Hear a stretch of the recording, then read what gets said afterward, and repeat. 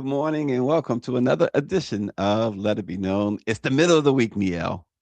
Peace and love, everybody. Welcome on in. We got lots of headlines to get to today on Let It Be Known. We're going to let you know the news that is impacting you, your community, your state, and your nation. That's what we're doing this morning. That's what we're doing. As Wendy says, how you doing?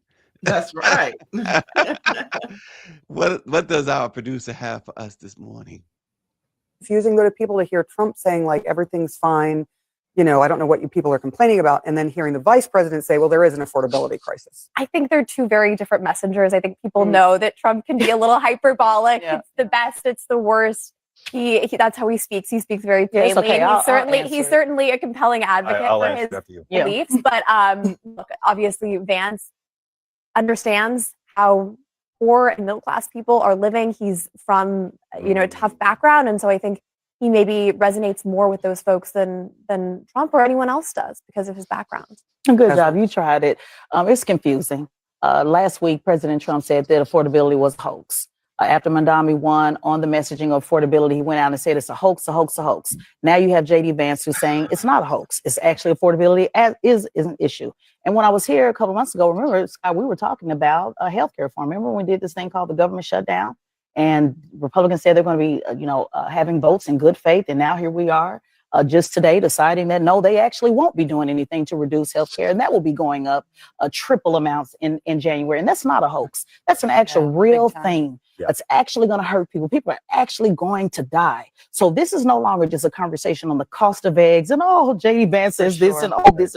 This is not a messaging issue. This is a real problem that people are feeling. Trump said day one, stand on it. You said day one, and here we are, day what? 365? Almost. Yeah. So no, it hasn't been fixed. And their messaging needs to get on point, but not just their messaging, their actual policy needs to be in place to fix the problem. Yeah, it's interesting. Do you think it's confusing though to people to hear Trump saying like everything's fine?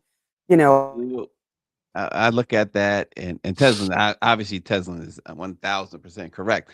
But I look at that and again, it takes me back here, Niele, 20 years ago, 30 years ago, Trump couldn't have gotten away with all of this. Trump and his clan. You know why? Because you had an accountability factor in the media. This guy, the stuff that he's doing and not being held accountable by mainstream anybody, just sugarcoating it too, trying to explain it away. There's no explanation here. And we just don't have enough of you, myself, Roland Martin, Lauren Burke. We don't have enough of those people. I think the tides are turning. And that's what Marjorie Taylor Greene told Caitlin Collins on CNN yesterday. She said the dam is broken. I said a couple weeks ago that Democrats should be talking about Donald Trump is a lame duck. Well, she said it yesterday. She said he's a lame duck. And she said you can expect to see more Republicans changing their minds about Donald Trump. I found that to be mind-shocking yesterday. I mean, she had better talking points than Democrats, and yet she had the Democrats' talking points yesterday. Everything that we talk about that we want to hear Democrats say, Marjorie Taylor Greene said them all yesterday. And I was just like, what happened to her? In a good way. In a good way. Well, you remember it was just about a year ago, December of 2024, Marjorie Taylor Greene sat there in Congress and said if her Republican colleagues didn't leave Matt Gaetz alone, she was going to expose all of their crimes, including pedophilia and stuff like that. You remember, she has always claimed to have the receipts. And whatever happened to her, as you said, well, in a good way, she's starting to release some of these receipts, and they better be careful. She has to be careful, but they better be careful too. Well, one of the things she said that disturbed her was that she started getting death threats, and it's like, well, welcome to our side of the table. But she said they started coming when she started talking and believing the women from the Epstein files. She said that the same thing that was happening to them started happening to her. And I think the death threat startled her.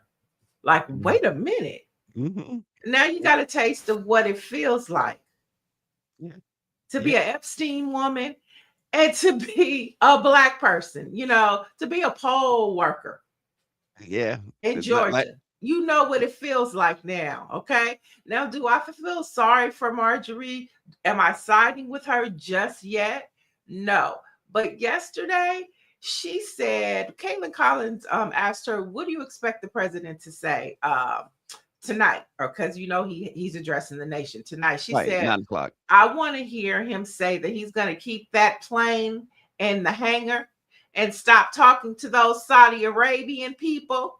I want to make sure that he's not, talking about foreign policy and talking about how to make the American people feel good again. That's what she said. She said 75,000 of my constituents are on the Affordable Care Act, and they're going to all be impacted by what is about to hit them. I mean, she laid it out. If anybody can go watch it, I recommend you watch it. The Democrats need to look at her, take notes, and start taking some of those talking points she was dropping yesterday. You sounded just like her too. Yeah, I mean, I'm telling you, I was like, let me get a cup of coffee and listen to Marjorie. It's like you said, welcome. As Bernie Mac used to say, white people, welcome. And I'm glad, that I think it's smart for Jasmine Crockett to talk to her. I think it's smart to if it's what she says it is, it's okay to use Marjorie Taylor Greene. And I don't think that can help her get votes. Yeah, I don't think that Marjorie Taylor Greene is smart enough to use Jasmine Crockett. I think Jasmine will see right through if there's some nefarious thing. Oh, I was talking about Jasmine Crockett. No, I know. I'm saying I'm speaking to that. I'm saying that I don't think that that she would Jasmine. If this is a ruse, is what I'm saying. If this is some sort of game that Margie's playing, Jasmine will see right through it. I believe. Oh yeah. So that's what I'm saying. So I agree with you wholeheartedly that she should talk to her. She should see where she's coming from. So Dr. Nicole says we need to see the tides start changing before I believe they really are. And besides that, the mainstream media is still doing the same old thing, not reporting and not holding him accountable. Yeah, they're just not. They're giving you this. It's like they're speaking in a way and they're reporting in a way that this is some normal stuff. And hey, let's try and understand his point. No. Not when people are dying, not when his policies are so reckless, and not when he has a bunch of people who he pulled out of the Cracker Jack box to put on his cabinet.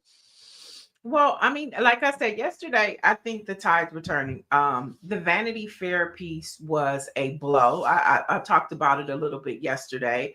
We have that coming up too. Yeah. By the time it hit the news cycle, it was everywhere. I think Donald Trump's comments pissed a lot of people off, not just from Capitol Hill, but in Hollywood. So I thought it was interesting the way that Vanity Fair piece dropped out of the sky, out of nowhere. And then you had yesterday, Republicans, they had a little powwow on Capitol Hill yesterday. Okay, Republicans are pissed.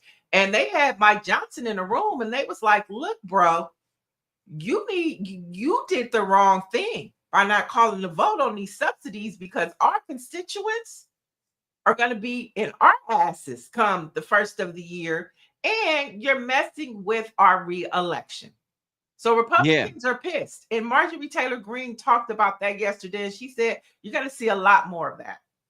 Yeah, that's what I had been saying too, that the only real hope is that they start, and you are seeing some, to me, not nearly enough signs, but you're seeing some signs that they're starting to fear that we're getting too close to the midterms and our seats are up for grabs. And a lot of the polling, not that we trust the polling too much, but a lot of the polling suggests that if you didn't think that last month, November elections, those elections that were held last month was a signal, well, a blue wave would certainly be coming. But to your point, though, with this, the other side of the coin, I should say, with the healthcare situation and the voting and Mike Johnson saying that they're not going to have a vote, is this once again the Democrats, Hakeem Jeffries in particular, Chuck Schumer in particular, are so weak and feckless.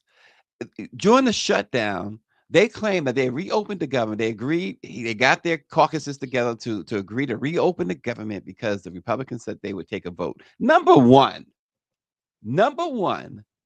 because they said they would take a vote was not enough reason. You held the fort all that time. It was not enough reason. And I get it. They're coming back saying, oh, it's the Republican shutdown, and it's this, it's that, it's the Republicans who are taking your health care. And all that may be true. But nobody's trying to hear that when you got a single mother of 4 going, and her health premium is $204 right now, and it's going up to $2,104. Nobody wants to hear that. And here's the other thing. They couldn't, how could you trust, and RNG mentioned this about Marjorie Taylor Greene, don't trust them. How could you trust that they would even follow through on their word? As we seen yesterday, Mike Johnson said, we're not voting on this. After agreeing, this is how we're going to reopen the government. We're going to have a vote. We'll give you a vote on it. They didn't even promise passage. And the Democrats folded like cheap suits.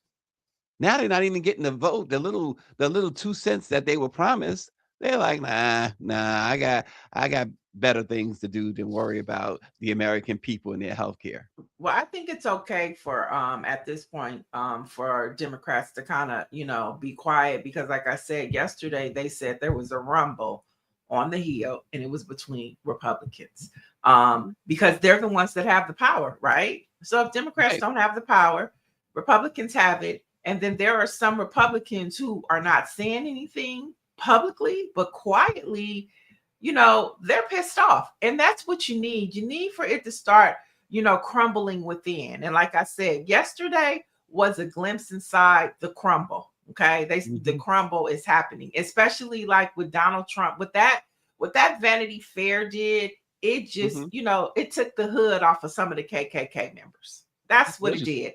And now all hell is breaking loose, mixed with Donald Trump's comments about Rob Reiner's family. All of that, I think, is becoming the perfect storm for the fall. Yeah, I told you some of them were born with the hood on their heads. That's for sure.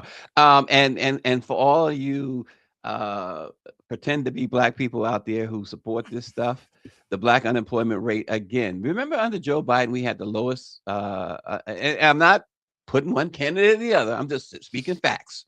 We had the lowest Black unemployment pretty much in history. Now, the Black unemployment right away, it's not even been a year since old man Biden went to the retirement home. It's not even been a year.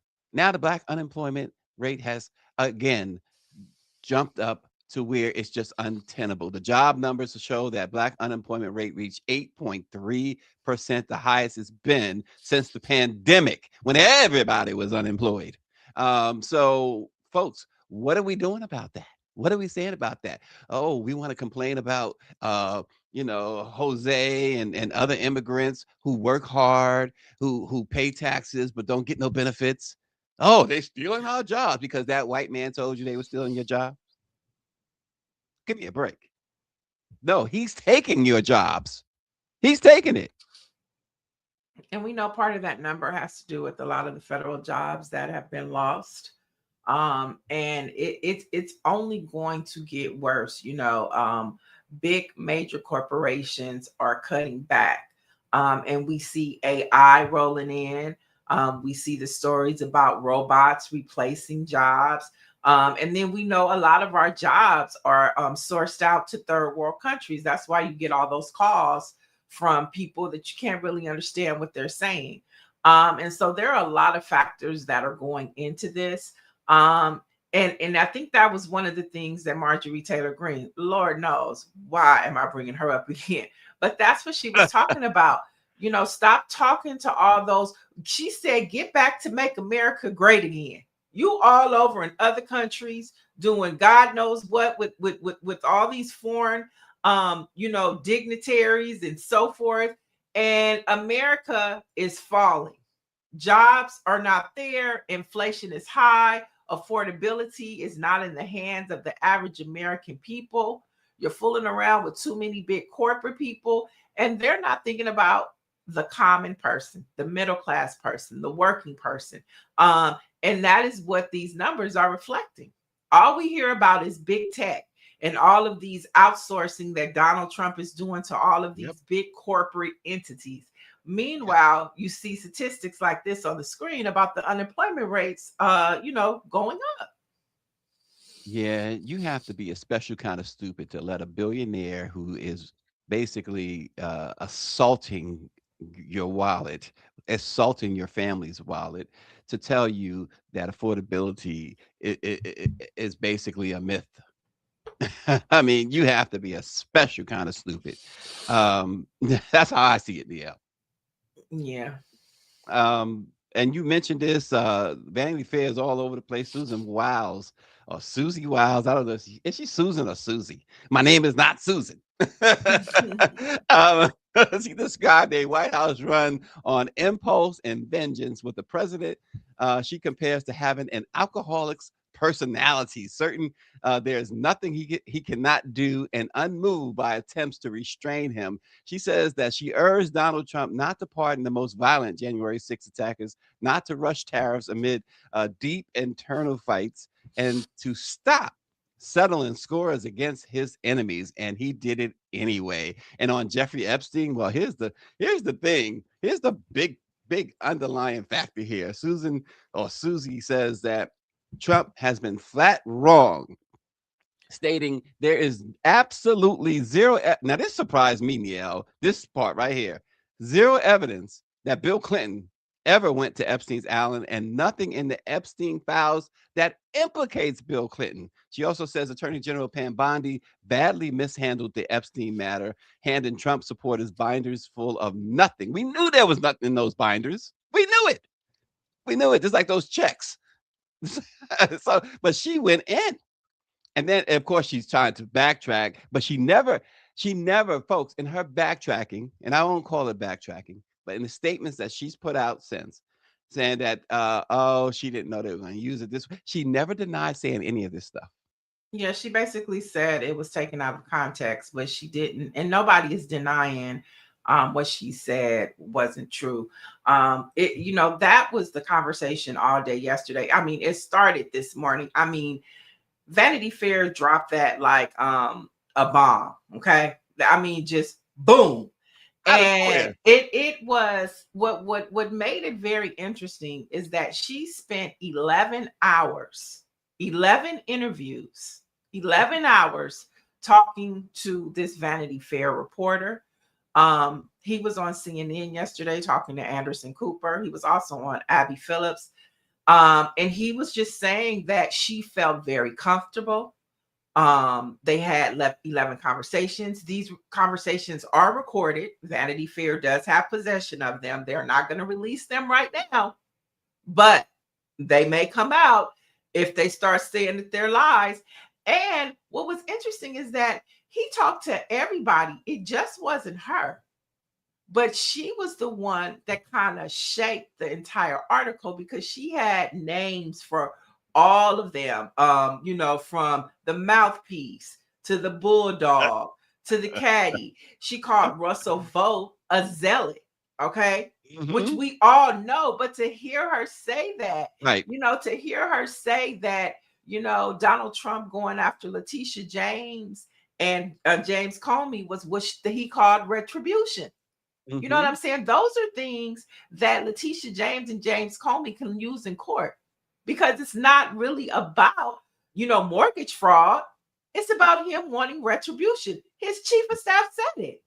I mean, so she opened up this whole Pandora's box. And there was also a former press secretary Trump's former press secretary that was on the show. And she said that Trump may appear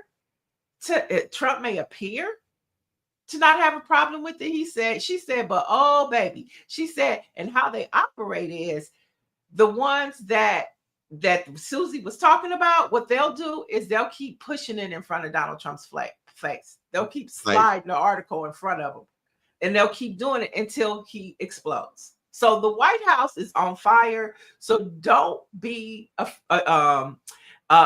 don't be surprised if he starts war tonight in his press conference, because he is pissed off, and everybody in that his inner circle that she talked about is mad as well.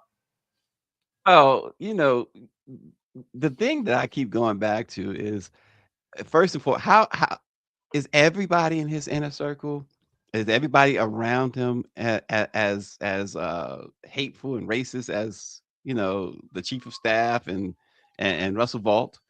Is everybody does anybody in that inner circle, not necessarily the inner circle, but within the cabinet with that who has a voice at some sort of voice, are they at all like mortified by some of this stuff? And Susie Wiles comes out with something, and she says, like you said, okay, let's go to this, Charles Blow. Taylor Levitt. What's going on with these lips? I generally try not to. That's funny. Okay, her lips. But the pictures, I think the way that they put this, you interrupted my spiel for lips. The way that they put this expose together, did this article, and the pictures that accompanied it, it was a response to Donald Trump calling the late Rob Reiner and his wife deranged and crazy. Mm-hmm. It's like we're gonna show you what deranged and crazy looks like. Boom. Yeah. The whole you and your administration. Yep. The whole administration is deranged and crazy. And we've been talking, Niele, and about Democrats, and a lot of folks believe that a changing of the guard from the old guard is desperately needed. I mean, we've seen the young stars like Maxwell Frost, of course. Jasmine Crockett is a superstar, and she's still young. But there are some that you kind of say, well, maybe it'd be okay to keep him around. And I think Benny Thompson.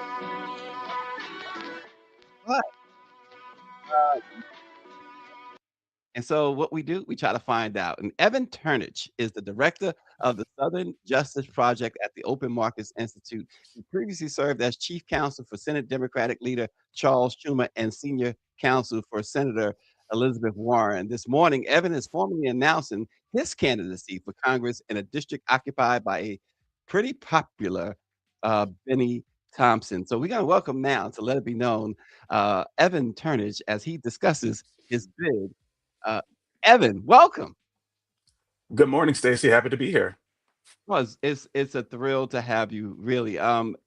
So I'm just going to jump right in. I know that you are very busy. This is a big morning for you.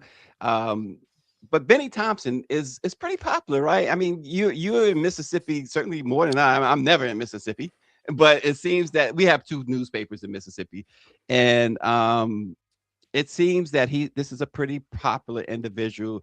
He led the charge against Donald Trump and the January 6th. Give us, why are you challenging Congressman Benny Thompson? Sure. And so, this is the poorest district in the poorest state in America. And it's been like that my entire life. People up and down the Delta, people here in Jackson have real economic concerns. People have real concerns about job opportunity. I tell you, just last Sunday, I had a conversation with a grandmother in my church who's 75 years old. And she told me that she really laments the fact that she's watching her grandchildren grow up on social media, on Facebook and FaceTime, instead of having her family with her at church every Sunday. Because so many of our young people are encouraged to go away. So many of our young people are encouraged to get jobs elsewhere because there's a perception that opportunity exists outside of Mississippi. And I applaud all of my friends who stay. Of course, everybody doesn't leave, but so many of us do go away from time to time.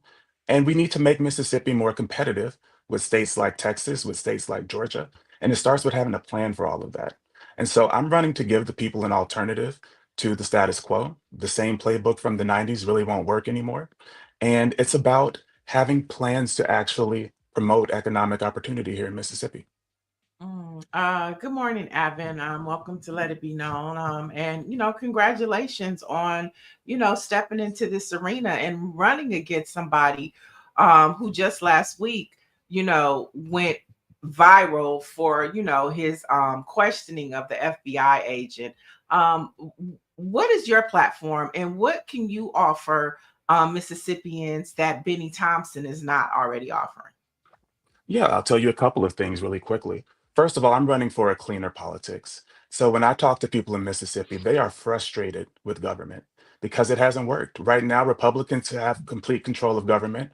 Obviously, the president did not successfully lower grocery prices on day one, but I'm also reminded that Democrats had complete control of government just 4 years ago. And unfortunately, Democrats did not restore voting rights. Democrats did not increase the minimum wage. And so when I talk to people here in Mississippi, they are so frustrated with broken promises. And that is because we have a broken system. I think everybody understands that. We have politicians who are bought and paid for, who are doing the work of corporations instead of their constituents. Unfortunately, we have a congressman here who has taken millions of dollars from corporations, including insurance companies at a time when premiums are going up, including even private prisons, which is really regrettable. The very institutions recreating slave conditions for Black people here in Mississippi. And so I'm not going to take a dime of corporate money. I'm going to fight to ban corporate money in politics. I'm going to fight to ban members of Congress from stock trading because we need to ensure that our public officials actually are working for the people. We have to restore trust. So that's number one. But I'd also say voting rights. It's clear that Mr. Thompson has uh, a good record, a strong record of being a civil rights champion, you know, his work back in the 70s. But when I look at the most important thing that a member of Congress can do is use their vote. And I was incredibly disappointed to see Mr. Thompson vote against the most important voting rights bill of the last 50 years. It's a bill called the For the People Act. And let me tell you a little bit about how that would have benefited people in Mississippi. We have no early voting in Mississippi. It's routinely considered the hardest state in the country to vote in. That bill would have given us 15 days minimum. Texas has early voting, Georgia does, Virginia does, but we don't in Mississippi. It would have gotten rid of gerrymandering once and for all, the very tactic that Mr. Trump is trying to ramp up across the nation. Unfortunately, Mr. Thompson voted against that, the only Democrat in the country. And it also would have restored voting rights to people who have previously served time in prison. That's over 10% of our population in Mississippi disenfranchised for that simple fact. But Mr. Thompson voted against it. And so I think the people in this state deserve answers for why our congressman voted against making it easier to vote in Mississippi. First of all, let me say I like what you said. I don't know if it was intentional. I think it was intentional, but he has respect for what Benny Thompson did in the 70s. Kind of highlighted the 1970s. Did this young man here saying, "Hey, it's our time now." Evan, so questions are bound in our chat here, and I see our colleague at Black Virginia News is asking a couple of those questions, and one of the questions she poses is Lauren Burke, who is the publisher over there. What should Benny Thompson be doing that he isn't doing? And I think you kind of ran some of it down, but is there something else that you see that is lacking in the incumbent right now? Well, I think people these days are looking for a congressman who's going to fight for them. I think about grocery prices because that's the number one concern when I talk to people in the district. Think about the pandemic times. We caught the CEO of Kroger, which is a very popular grocery store down here in Mississippi, bragging that a little bit of inflation was good for business. He was saying the quiet part out loud. They were jacking up prices because there was an inflationary environment, using it as a pretext to charge more to consumers. Well, that's called price gouging, and it's supposed to be illegal. It's supposed to be illegal here in Mississippi and 40 other states. Unfortunately, we don't see enough enforcement of those laws. That's why back in 2022, I wrote with Elizabeth Warren the Price Gouging Prevention Act to say we're going to prohibit that at the federal level. We're going to have real penalties. That bill was so popular that Vice President Harris made it a centerpiece of her campaign when it came to grocery prices. Unfortunately, we have a congressman who's taken thousands of dollars from Kroger. I never will. But I think people want to see their Congress people, their representatives, their elected officials stand up to cheating corporations, to actually take the fight to cheating corporations that are exploiting our community. You know, I learned from people like Elizabeth Warren. You stand up to the big cheating banks. You stand up to the exploitative corporations that are sucking resources out of communities. One of the questions in the chat was, are you taking APAC money? And then the second part of the question that I want to know, have you been able to garner any endorsements from any elected officials, or you have the collective PAC, you have these powerful PACs across the country. Do you have any endorsements from them? So I won't be taking any of that money, but we do not have any endorsements from elected officials yet, but we will be rolling those out in due time. But you're basically rolling out your campaign this morning, right? Am I correct? So the endorsements, we couldn't expect any to have any at this second. Oh yeah. Yes. Right. Oh, okay. But another question though, and we haven't talked about this recently, and we haven't talked about it enough, in my opinion. Mississippi, of course, is the home of Brett Favre.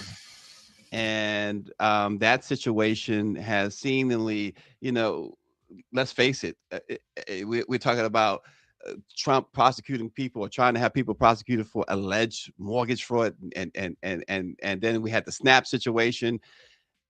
Brett Favre was accused and has been accused in essentially $100 million welfare scheme. What is the latest there that you know of, and what would you do to stop people like a Brett Favre and others from engaging in such conduct, to deter them from engaging in such conduct? Well, first of all, that was such a travesty. So you're referring to the TANF scandal that was uncovered Yes. a few years ago here in Mississippi, where about $100 million that was designated for people who really need it. This is for needy families who need food, who need clothing.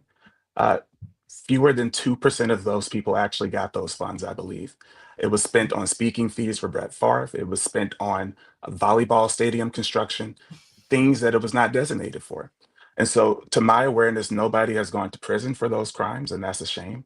That's something that was being handled at the local and state level. So I'm not exactly sure what the state of that investigation or process is, but nobody's gone to prison. It was a crime.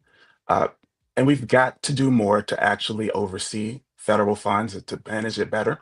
But we could also go back to the old way.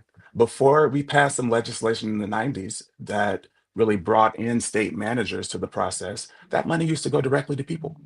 It used to go directly to the recipients. And so we could go back to the way of actually making sure that federal dollars go right to the bank accounts, to the checkbooks, to the mailboxes of the people who need them. Yeah, Oh, absolutely. yeah. Go ahead, Niele. So what is your every campaign has a slogan. What's your what is your platform? What are your top 3 priorities? If you were elected into Congress, what would be your top 3 priorities? Yeah, absolutely. So, number one, I mentioned this earlier, we've got to clean up government. We need a cleaner system of politics. That means getting corporate money out of politics.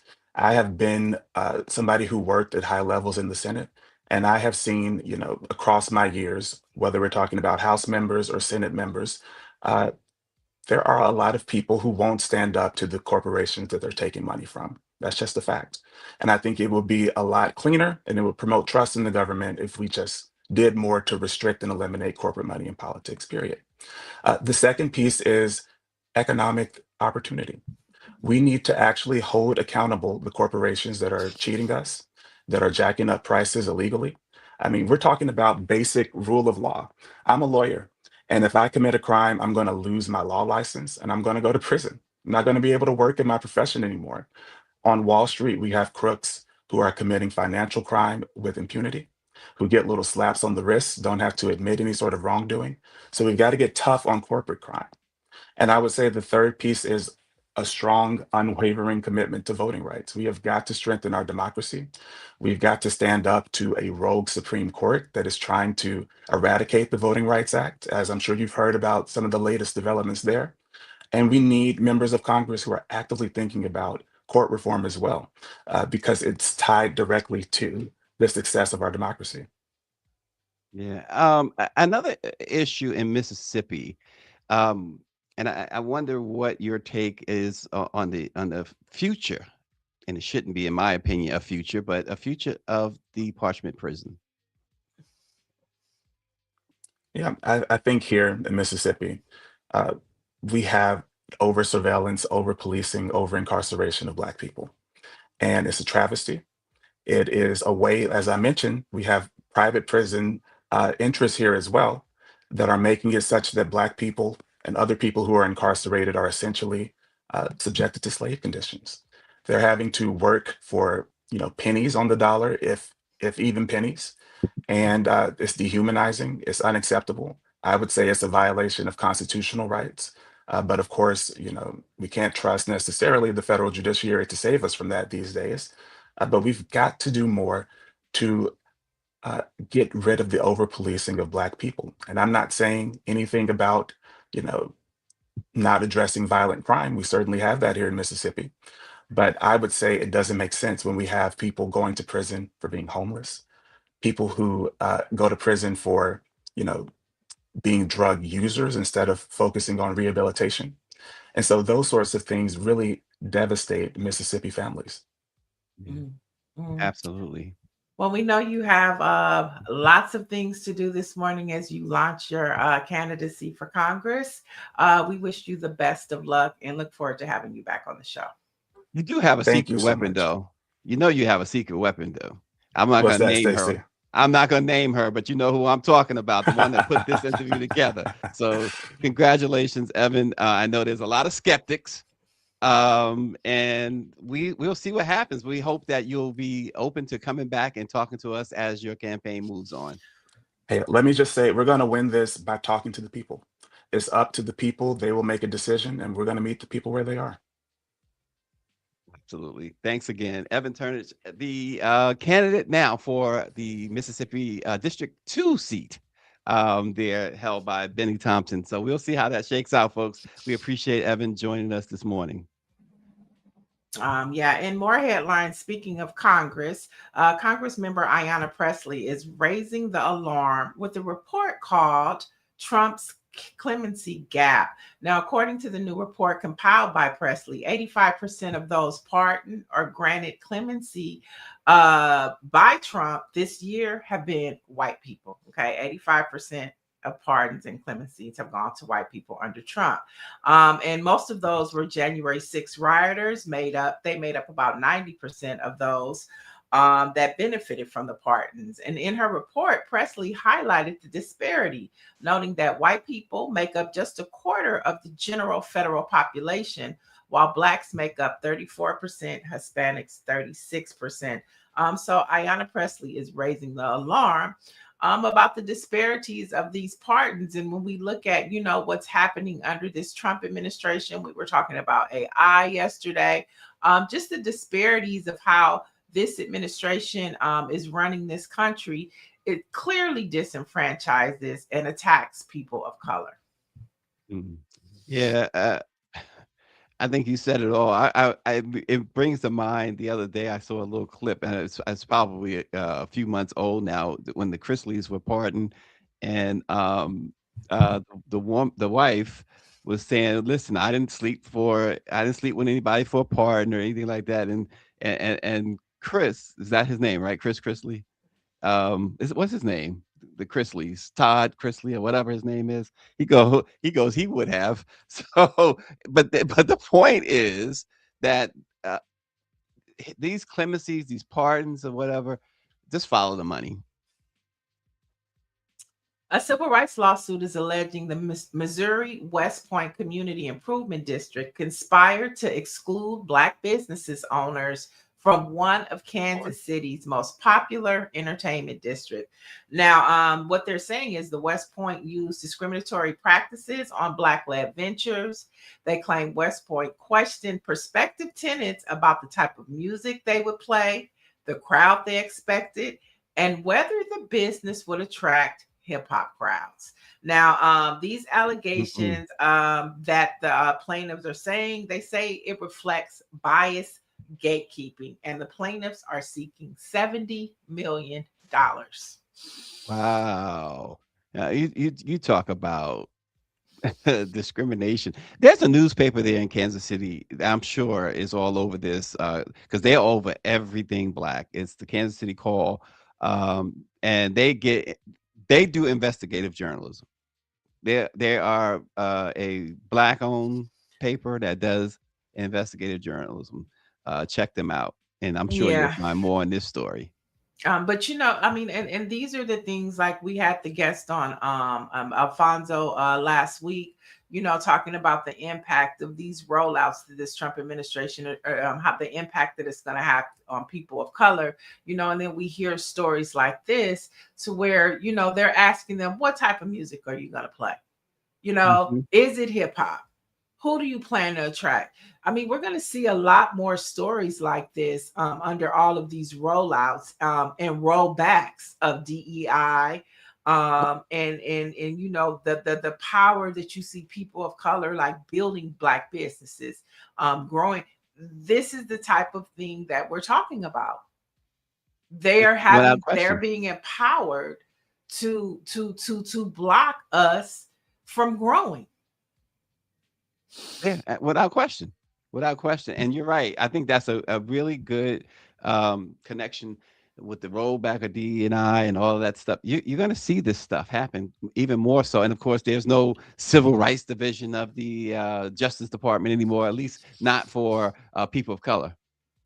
All right, let it be known, family. Have you heard of Barbara Rose Johns? Well, she helped change the course of American history, and yesterday, her legacy was cemented inside the U.S. Capitol. Now, a statue was unveiled, replacing two statues representing Confederate General Robert E. Lee. I don't know how this got past the Trump administration. I don't know. I don't know how it happened, but I'm glad it did.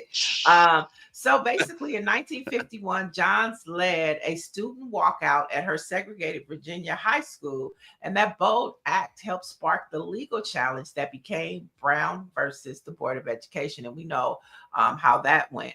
And so yesterday, I wish we Hakeem Jeffries, Greer, if you could find it on his page, he had he had a great speech, and he really broke down what her contributions were, why this moment was important yesterday in the Capitol, and that we were able to see something like this happen under all the racist acts that this Trump administration is pushing out. This was a good day at the Capitol. Yeah, I get it. You got past, somehow they got it past there. That's like I said, don't tell nobody now. Yeah, it's there now, and it's a beautiful statue too. Greer had just showed it. It's a really Yeah. beautiful statue, and it's something to see. Now let's lighten things up with a little entertainment news. Netflix has announced Snoop Dogg will perform during its NFL halftime Christmas game, the Lions versus the Vikings, and we know Beyonce kicked this new tradition off. Last year was the first year that Netflix aired a Christmas Day NFL game. So now they're coming back this year with Snoop Dogg, and of course Jesse Collins and his company are producing the halftime show. Okay. Snoop is always in the middle of something. He is, he is, he is. And thanks to Beyonce, she kicked that off. And speaking of Queen Bee, her Cowboy Carter tour finished as Polestar's top tour of 2025. Now, the tour generated 407.6 million, selling 1.6 million tickets despite playing only 9 stadiums and 32 shows. Now, Cowboy Carter is now the highest grossing country tour ever, and she became the highest grossing R&B artist in history. It also makes her the first woman and first American act with 2 tours surpassing 400 million following the 2023 Renaissance Tour. Now, if this isn't the American pie, the American dream that all the cowboys and cowgirls talk about, I don't know what is. All righty then. Like I said, the Met Gala is coming up. She's going to be at the Met Gala. And Solange, I just want you and Jay-Z to, have peace. I think that also what makes this important is that country music, and country artists, wanted to dog her about this Of course. album and all of that. And here it is. Her tour has grossed more than any cowboy tour Country. ever. Okay, so kudos, and that's a good way to end the year, Beyonce. And speaking of breaking records, Mariah Carey's "All I Want for Christmas Oh Is Lord. You" adds another milestone, becoming the first song to spend 20 weeks atop of the Billboard's Hot 100. There is no Christmas right now without Mariah Carey. Period.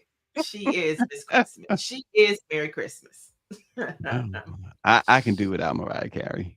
I'm sorry. I can do. Listen, Rihanna likes her, so that's, I guess there's a good thing. There's something good about her. But other than that, Nick Cannon used to be married to her, so maybe there's something good. I don't know. I'm not a Mariah Carey fan. And those are your headlines for today. And those are your headlines. Yeah.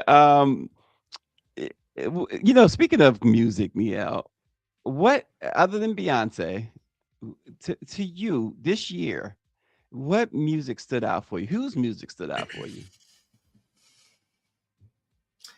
I mean, it's a lot of good music. You have Cleo Soul, you have Robert Glasper. Last night, I just went to go see Terrence Martin for the second time this month.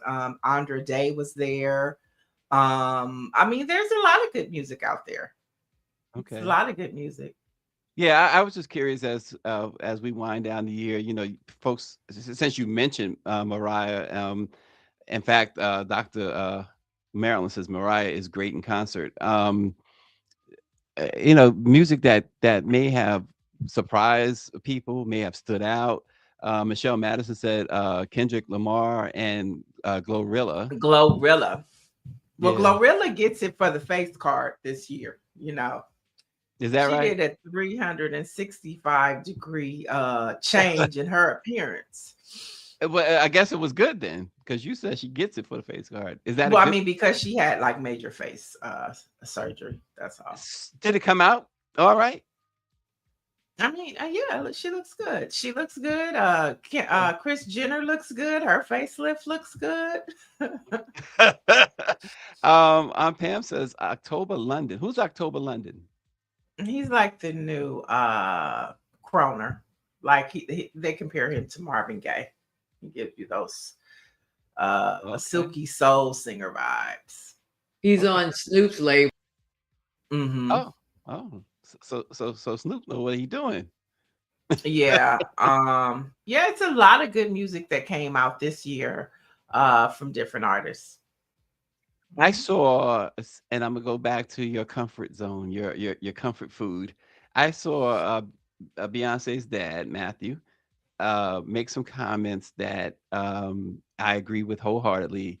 He said that he didn't get the credit that he deserved, and others. He said he mentioned a couple others. I think he mentioned Usher's mom didn't necessarily get the credit she deserved, and someone else he mentioned, but they were specifically talking about the 2000s. He said Destiny's Child didn't get the credit they deserved, and Beyonce in the 2000s, early 2000s, didn't get the credit she deserved. He felt that she was like the artist of the decade. He should have been manager of the decade.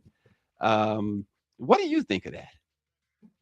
Because you know that stuff better than me when it comes to the Carter folks.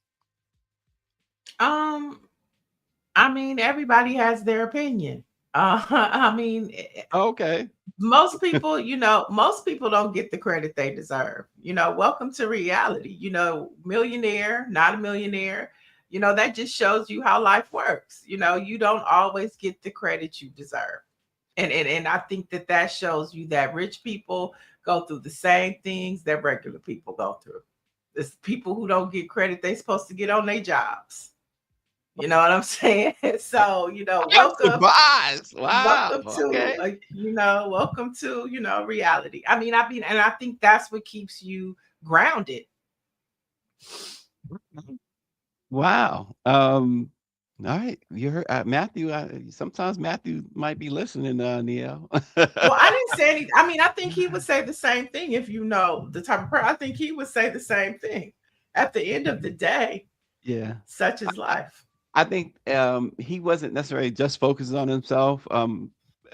in that clip that I saw, he was responding to a question about black managers because he talked about New Kids on the, I think it was New Kids on the Block, uh, Mhm. and Justin Tim and Sync, and someone else, and how they, oh, the management team is this and that and so great, and but when it comes to like he or Usher's mom or another, I can't remember the other black entertainer he mentioned, and their parents, they just, who are managers, they just overlooked them, totally overlooked them, as if they, they had no hand in it. They rather give Beyonce's credit for Beyonce and credit for Destiny's Child to maybe the label or something, and not the manager, because the manager is black and happens to be the parent. So, Mhm. I so mean, I mean I, that's I got what just he was saying. yeah. I mean, I'm sure, and you know this better than all of us. I mean, the Jacksons, Joe Jackson. I mean, it's the same thing. When he didn't feel like he got the credit he deserved, or So I mean, I think it just happens. Mhm. I mean, look at Britney Spears' fault. I mean, I don't even think it's a color thing sometimes. I just think sometimes the parents, when they're involved, it just kind of turns out that way. Mhm. Destined Forever. Stephanie Humphrey's channel says, I don't think Brother Matthew has received the credit he deserved. It's a lot, like you said, there's a lot of them out there that have not received, didn't receive proper credit, or any credit, for that matter. And I don't think we would have known a whole lot about King Richard until the movie, right? Mm-hmm. So Yeah, that they is true. just it just happens that way. Yeah. Some Black history facts on this date, folks. Back in 1913, James P. Thomas died at the age of 86. Well, who is James P. Thomas, you might ask? He was born in 1827 in Nashville, Tennessee. He was the son of antebellum Judge John Catron and an enslaved mother, Sally Thomas, who purchased his freedom when he was just 6 years old, even though Tennessee law did not legally free him until March of 1851. He apprenticed to a barber named Frank, and he became a successful barber and businessman, opening a barber shop in the home where he was born near Nashville's courthouse and state capitol. He served powerful clients and became the only free Black man allowed to remain in Nashville. And after he left Tennessee, he built his vast wealth through real estate, railroads, and insurance in St. Louis. And at one point, controlling an estate valued at the time of $250,000, which would be about what, 30, 40, $50 million today. And he Mhm. led Black society in the city. And this guy, he had assets when he died of over $100,000 in assets. So he has a book, folks. He left behind also his autobiography, From Tennessee Slave to St. Louis Entrepreneur is the name of the book. Mm. And on this day, fast forward to the year of 2002, Robert Johnson, founder of Black Entertainment Television, became the first African American majority owner of a major professional sports team. And this happened when his group was awarded the NBA Charlotte expansion franchise. So Bob Johnson became the first, not only in Black entertainment, but also in sports. Yeah. So that's what happened on this day. And at some point, Michael Jordan bought controlling interest in the Charlotte franchise, and ultimately he sold it as well. But that's a good Black history fact. Yeah, Dr. Marilyn said, but when do managers get credit anyway? They should be satisfied that they managed excellent artists. Take a bite of humble pie. Mm. And that is from the desk of Dr. Marilyn. I will never forget, on that note, Michael Jackson's longtime manager, Frank DeLeo, and at the height of, it was the Bad Tour, and someone asked him what, there was rumors that he was going to be fired by Michael or he was going to leave, and he said, he said, I ate before Michael Jackson came along, and I will eat after he leaves. And Frank had trouble eating after him and Michael Jackson split, so I knew Frank pretty well too. He was a good guy. Frank DeLeo actually played in Goodfellas, and he was a interesting Italian man who lived in Pittsburgh. A good guy. Mhm. Good guy. He was a really good guy. So Yeah. managers can be nice guys. Well, you may not be able to find Frank on Black Press USA, but there's a whole lot of other news on Black Press USA. And so if you want to learn more about Evan, who's running against Benny Thompson, you can find an article about him and all of the things that are impacting and uplifting the Black experience. You can find it at BlackPressUSA.com. Yeah, thanks for watching, folks. We will see you again tomorrow.